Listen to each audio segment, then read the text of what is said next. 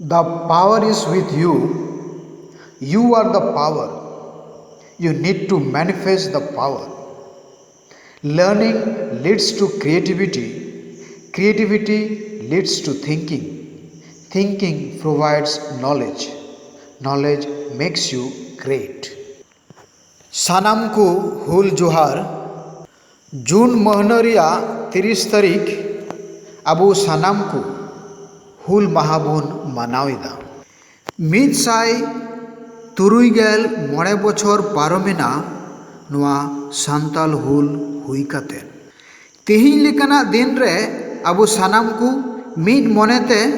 गोटा अंतरते मानव साला सानाम बीर बांटा आसोकायते सिदु कानू और उनकिन सावते सानाम जहाय नुआ हुल रेकु गयेन उनको बुन दिसे कोआ नुआ हुल रिया नागाम मिता में इतिहास हिस्ट्री सानाम को बुन बाडाईते ओना इयते गालमाराव दो इटा से बुन फुड़ इदिया जमीदार महाजन व्यापारी गोमस्ता लैंडलॉर्ड नुकु दो सानाम इंग्रेज लगित को कमियत कान ताहे कना ईस्ट इंडियन कंपनी दो जायगा जमी रिया कारबार बाय मेन जोंग कान ताहे कानते नुआ इयते नुआ नेल जुत लगित होड़े सिंद्रायत को कान ताहे कना जो हिसाब ते जमीदार लैंडलॉर्ड महाजन व्यापारी को राकाब हेजिना एंडेखान कंपनी दो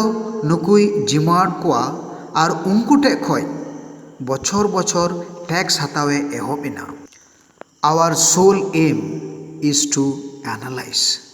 and understand this characters zamindar and mahajan गालमाराव दो नियगी नोआ बाबते गांडोनो भित्री से बुन बोलो लहारे नोआ बुन दिसईमा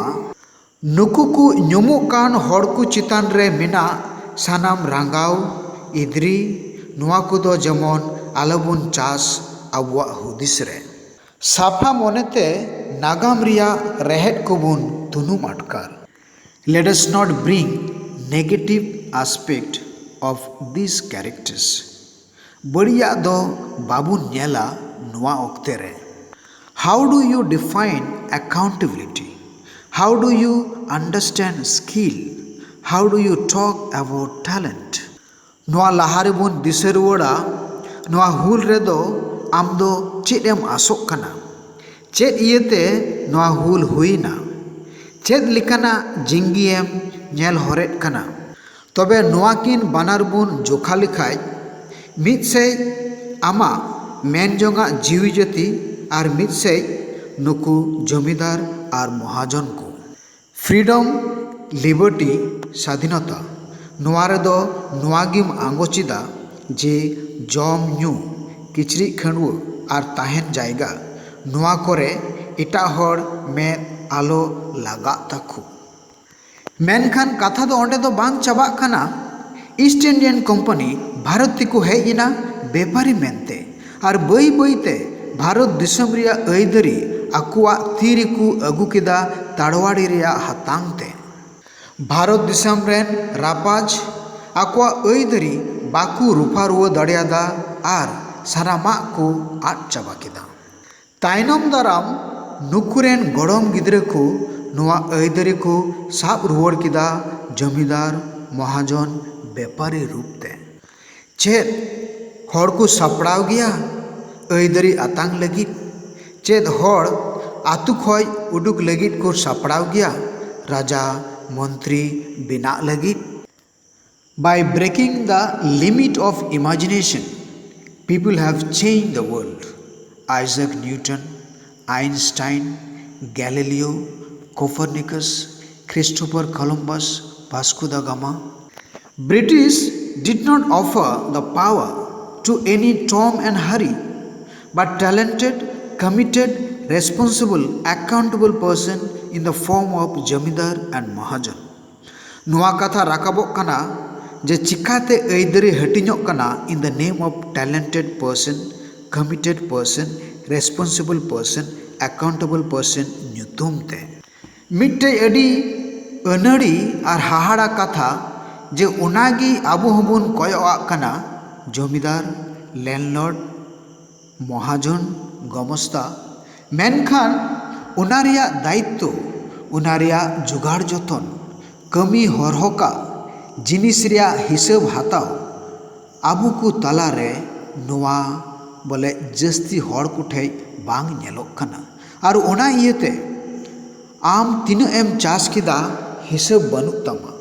आतुरे तीन चास हुयुक कना बाम में लुतुरक कना हटिया रे तीन चावली अखरिñok कना ओना बाबते आम दो बाम हुदिस बड़ाईदा हुल दोय दिसाओबुन कना fix your aim in life individually and collectively reorganize your family planning with finance हुल दोय दिसाओबुन कना जमीदार और महाजन आकुरेन गिद्र कटी खय नोआ बाबत तेको चेद आकु कना और हारा बुरु काते दिसम रिया ऐदरी आकुआ तीर को हाताव जोंग कना ऐदरी दो अकोय हो बाकु चालामा ऐदरी दो काटकम रिद दो बांग कना ऐदरी दो आलू रपा दो बांग कना ओना चूल्हा रे तुपावाकान ब्रिटिश ताहेन ओक्ते आयमा जमीदार बोले लाइसेंस को रेज के कोआ चिदा एते ओक्ते रे समय रे टैक्स बाकु एम दाड़िया इयते आबू लगी मिट्टे रस्करिया कथा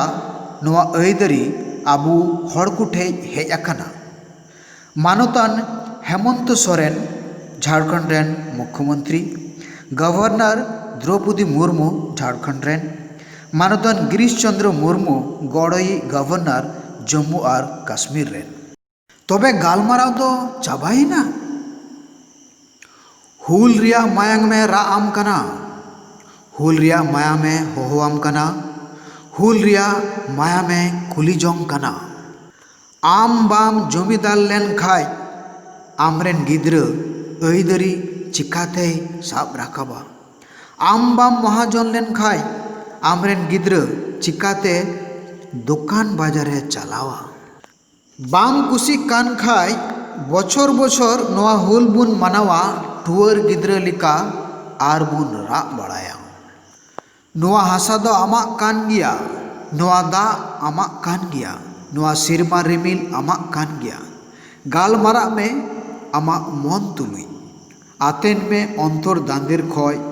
उकु कथा ऐदरीम हातावा से ओना दो एड़े कथा